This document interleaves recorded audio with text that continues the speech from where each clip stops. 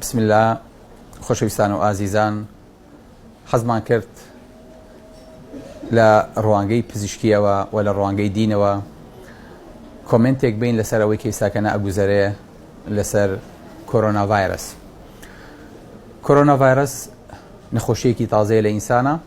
لە ئەخیرەکانی ساڵی 2019 دیارە کەشف بوو لە سین بۆ بۆنەی ئەوەی کە کۆمەڵێک لە ئینسانەکان تووشی ئیلتیهابی سیەکانیان بوون. ئەم ڤایرۆسە ڤایرۆزێکە ڕێنجێکی زۆر بەرفراوانە لە بینی ڤایرۆسەکانە، نوعێک لە نوعەکانی بریتیە لە هەڵامەت کە ئەمە خەفیفترینیانە مرورن بە کۆرۆنا ڤایرەسی 2019 ئێستا هەتاوەکو ئەگاتە سارس کە 2003 لە سین بڵاو بووەوە و نوعێکی تریان 2012 لە سعودیە بڵاو بووە. دیارە ئەم نەخۆشیە لە حیوانەوە زیاترەکەوێتەوە، ئینجا لە ئەنجامی کۆنتاکتەوە بێ، بەریەکەوتنەوە بێ، یاخود لە ئەنجامی سەربڕینیەوە بێ، یاخود بە هەر شێوازێ بێ لە گیانەبەرەوە بۆ یەکەم جارە نەقلە بێ بۆ ئینسان. بۆیە زۆر شتی لەبارەوە نەزانراوە. هۆکار چییە و چی بکەین ئێمە بۆ ئەوەی کە بتوانین پارێزراو بین و خوای گەورە ڕەحممان پێ بکە. خۆشەویستان، ئەم نەخۆشیە خوای گەورە بۆ ڕەحمی کردووە کە میوانێکە هاتووە ماوەی ناومان نابێ، بەڵام میوانێکی زۆر کوشندە نییە، زۆر ترسناک نییە، زۆر تەوقعی خراپەی لە ناکرێ بە بەڵگەی ئەوەی کە تا ئێستاکەنە ئەوانەی کە مردوون بە هۆکاری کۆرۆنا ڤایرەسەوە 2000 و شتێک کەسن. ئەگە بەراوردی کەی بە بکوژانی جگەرە تەنها لە ساڵێکە کە ئەم نەخۆشیەوە 2 مانگە هەیە، تەنها بکوژانی جگەرە لە ناو ئینسانەکانە ئەگاتە 1,200,000 کەس ساڵی ئەوانەی کە بەهۆی هەڵمژینی جگەری بەرامبەرەوە ئەمرن. ئەوەی کە خۆی جگەرە خۆرە 8 ملیۆن ئینسان لە سەرانسەری زەویە ئەمرێت. واتە ڕێژەکە ئەسڵەن ئیسەوە تەناسوبی نییە و الحەمدولیلا زۆربەی ئەوانەی کە تووشیش بوون چابوونەتەوە. واتە ئەوانەی کە چابوونەتەوە تا ئێستاکەنە 27,000 کەسن، ئەوانەی کە مردوون پێی 2000 کەسنە. کەواتە بۆ خۆی لە ئەستی نەخۆشەکەیە نەخۆشیەکی زۆر کوشندە نییە. ئەمەش فەزلی خوای گەورەی لەگەڵمانە ئەگەر نەخۆشیەکی وەکو سارس بووە یان خراپتر بووە ئەمە هیچ دەسەڵاتێکمان نەبوو، ئەبوایە هەر دیسانە و شووی خوای گەورەمان کردایە. ئەم دەسەوسانی ئێستامان بۆ ئەو کاتەش هەر ڕاز بوو. بۆیە نەخۆشیەکە جێ ئەو ترس و هەلاعانیە کە ئێمە کاتی خۆی لە ئیبۆلا هەمان بوو، لە ئەنفلۆنزای باڵندە هەمان بوو، لە ئەنفلۆنزای بەراز هەمان بوو، لە نەخۆشیەکانی تر هەمان بوو. بەڵام ئەمەش ئەوە ناکا کە ئینسان پشتێنی بۆ شل کاتەوە و هیچ حسابێکی بۆ نەکانە. ئەمە دوژمنێکە و هاتووە با بڵین سنوورەکانی پێگرتوین یاخود زۆر جاری ساهاتۆتە ناو ماڵەکانیشمانەوە. چی بکەین بۆ ئەوەی کە بتوانین خۆی گەورە بمان پارێزە لەم نەخۆشیە؟ یەکەم شت ئەوەیە کە پاک و خاوێنی ڕاگرین، بەردەوام دەممان شێدار بێ، بەردەوام دەستنوێژمان گرت بێ، بەردەوام ئەو شوێنانەی کە بەرهەوا ئەکەون لە دەست و هەتاوەکو مەچەک و هەتاوەکو دەموچاو ئەمانە شۆرابن. 5 فەرزەکە ئێمە ئەڵین بیشۆین و بە خاوێنی ئەمانە ڕابگرین، دەستمان هەر لە هەر شتێکەوە دەستمان بشۆرین و بتوانین ئەم دەستەی کە شتومانە نەیدین لە دەموچاومانەوە. بۆیە بەکارهێنانی ماسک بۆ خۆی مەژنێ شتێکی ڕاز بێ. خەڵکە ئیساکەن ئەمڕۆ ماسکە کڕێت و بە دوای ماسکە ئەگەڕێ هیچ بەڵگەیەکی علمیمان نییە لەسەرەوەی کە ماسک ئینسانەکە ئەپارێزێ. ماسک بۆ 2 کەس ئەبێ، یەکەمیان کە کەسێک بۆ خۆی هەڵامەتێتی یاخود پژمەی هەیە یاخود کۆکەی هەیە بۆی نیکا بەسە بەرامبەرەکەیە تا نەزانرێت چییە، ماسکێ بەستێ چاکترە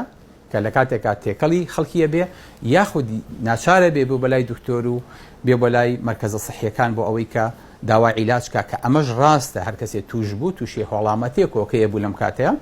ئەبێ بەرەو پزیشکی بچێەوە، ئەبێ بەرەو چارەسەر، هەنگاو بنێ نابێ لە ماڵەوە دانیشێ کە هاتیش وابێ کە زۆر تێکەڵی خەڵک نەبێ، ماسکێکی شی بەستە بێ، هەر کاتێکیش پژمی یان کۆکی دەست بەدەمیەوە بگرێ و بۆ ئەوەی کە ئەمە نەقڵ نەبێ بۆ ئینسانەکان. کاتە لەم کاتەیە ماسکە بەسرێ. کەسی دووەم کە ماسکە بەسرێ ئەوەیە کە لە ژوورێکە ئەژی، لە خستخانەیەکە ئەژی، کەسەکە پژمە و کۆکەی هەیە. ئەو کەسەی کە پژمە و کۆکەکەی نییە ئەکرێ ماسک بەستێ بۆ ئەوەی کە پارێزراو بێ لەو. ئەژنا هیچ شتێکی علمی نییە، هیچ بەحسێکی علمی نییە بیسەلمێنێ کە ماسک ئینسانەکانە پارێزێ. بۆیە زۆر خۆتانی پێوەش پرزەمەکەن. خاڵێکی تر لە خاڵەکان خۆشەویستەکان ئەوەیە کە ئێمە ئەو کەسانی کە نەخۆشن بچن بدوای چارەسەری خۆیانە. ئەو کەسانەی کە سەدانی شوێنەکانیان کردووە ئەگەیان لە خۆیان بێ ئەن تازە گەڕاونەتەوە زۆر تێکەڵی خەڵک نەبن هەتاوەکو دەرەکەوێ ئەمانە تووشی ئەو نەخۆشیە نەبوون بەبێ ئەوەی کە حەزرێکیان بخرێتە سەر یاخود سەفەری ئەو وڵاتانە نەکەن کە تووشی ئەم نەخۆشیە بوون بە تایبەتی ئێران و بە تایبەتی سین بۆ ئەوەی کە چکە ئەمە وەباءە پێغەمبەری خوا صلی الله علیه و سلم فەرمێ إذا كان الوباء بأرض ولست بها فلا تدخلها. سبحان الله حديثة چەند دقيقة چەند جوانە باسی ئایزۆلیشنی ئەمڕۆەکە ئەفەرمێ ئەگەر وەباء طاعون نەخۆشی پەتا لە وڵاتێکا بڵاو بۆ بۆی مەچۆ وإذا كان بأرض وأنت بها فلا تخرج منها ئەگەر لە شوێنێکی شابووین نەخۆشیەکە ڕووی تێکرد لێ ڕامەکە واتە ئەم نەخۆشیە سەر لە دەرەوەی وڵاتی ئێمە الحەمدولله تا ئێستاکەنەش خەریکە نزیکە بێتەوە لەوانەشە بوو بێت بەڵێ کەواتە بۆ وڵاتێک ناچین کە تووشی نەخۆشیەکە بوو بێ ئەی ئەگەر هاتە ناومان لێ ڕناکەین چکە بۆ ئەو نەخۆشیە نازانی چنێک لە لاشەتە ئەمێنێتەوە هەتا نیشانەکانی دەرەکەوێ ئەم نەخۆشیە لەوانەیە چەند ڕۆژێ بخایانێ ئەو کەسەی کە یەکەم جار تووشەبەی چی بەسەرۆ دەرناکەوێ کە ئەم نەخۆشی لەسەر دەرناکەوێ ڕاکا بۆ شارێکی تر ڕاکا بۆ گوندێکی تر قەزایەکی تر نەخۆشیەکە لەگەڵ خۆیان با بۆ ئەوێ لەوێ نەخۆشیێکی لێ دەرەکەوێ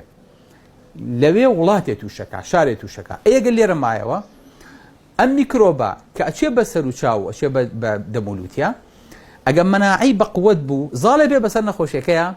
ویقایە بەرامبەری دروستەکە حتا قیامەت لەو شوێنەیە ئەو نەخۆشیە بێت تازەم نەخۆشیەکە توش نابێ چکە بۆ ڤاکسینێشنی وەرگرتەوە بەرامبەری کەواتە تۆ لە هەردوو حاڵەتەکەیە هیچ لە واقع و قەدەری خۆ ناگۆڕی ئەگەر ڕاکەی تو شار بەجێ بێڵی هیچی نەگۆڕی چکە نەخۆشیەکە لەگەڵ تایە لەوانەش زۆرجار نەخۆشیەکە لەگەڵ تا بێ و نەقلیش نەبێ بۆ خۆت بەڵام نەقلێکی بۆ خەڵکی یعنی لەسەر خۆ دەرنەکەوێ ئەمەش بۆ خۆی مصیبەتێکی ترە بۆیە خۆشەویستەکانم پێویست ناکە ئینسان بەم شێوەیە بەم ترسە بەم هەلەعە لەگەڵ ئەم نەخۆشیە مامەڵەکە ئەگەر هات ناڵین بەخێر بێت ئەڵین سەبرەکەین بەرامبەری هیچ کێشەیەکمان نییە نایکەین بە ترس و شار چۆڵ ناکەین و کێشەیەکی گەورە بۆ خۆمان دروست ناکەین و وابزانین ئیترەمە کۆتایی دنیاە نانە شتێکی زۆر زۆر بەسیط الحەمدولله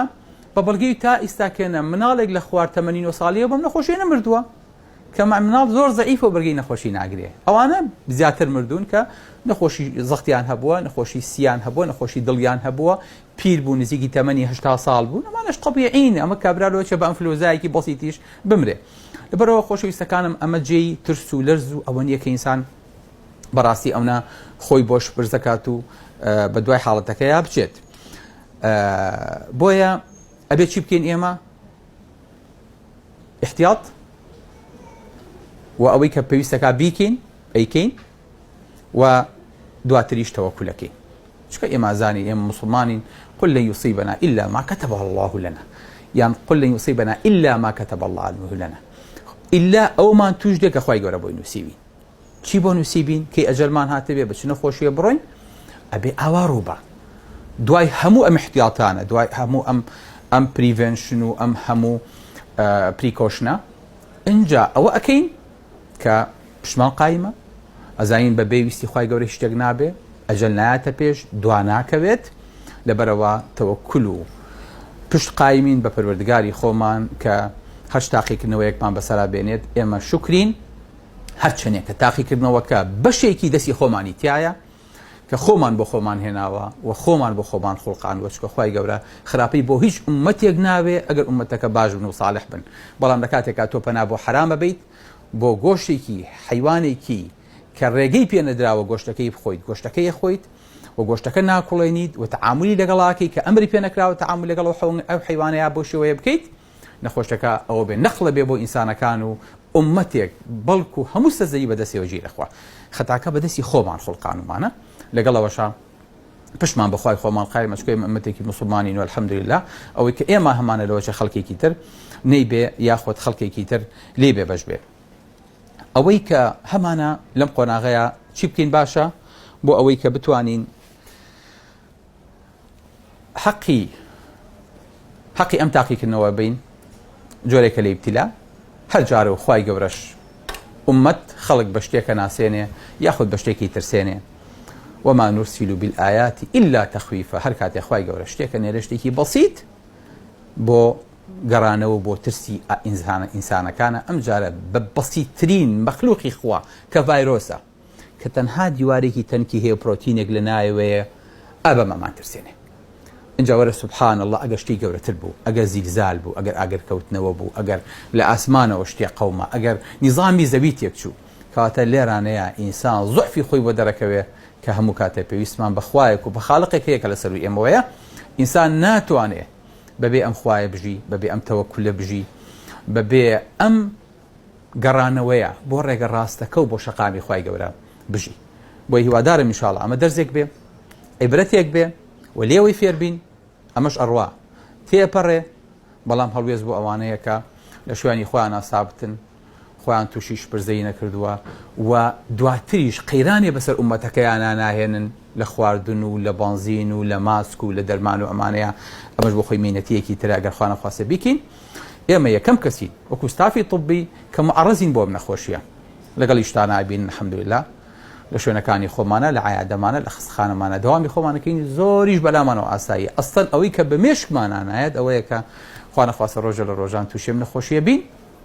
و ئەستەن هەر کەسێکیش بێتە عایادەکەی برای خۆتان ماسکی پێوە بێ ماسکەکەی لێ ئەەکەمەوە ئەلێم ئەم ماسکە چییە؟ چکە بەڕاستی ئەمە لەوەچێ جۆرێک لە ترس و جۆرێک لە قەلاقی بۆ بەرامبەرەکە و دروستکێکی هیچ معنایەکی طبی و علمیشی نییە خۆشەویستەکانم بۆیە هیوادارم ئینشاڵڵا پەیامی برای خۆتان گەیشت بێ و پەیامەکەشم لە دڵەوەیە و بۆ دڵە بێ ئینشاءڵڵا و هیوادارم ژیان ئاسایی بێتەوە و طبیعی وەرگرن و ئەو مۆڵەتەی کە حکوومەتیش داوێتی ئیسفادە لە کاتەکانتان کەن لە سعیکردن و لە هەوڵدان و لە عیبادەت و لە ئیش و کاری خۆتان نەبن و ژیان بە طبیعی وەرگرن و ئەم ڤایرۆسەش میوانێکی کاتی بێت و لە ناومانە زوو ماڵاوایی بکە و خواحەفیزی لێ بکەین و تا ئێرە و ماڵاوایی لە جەنابتان و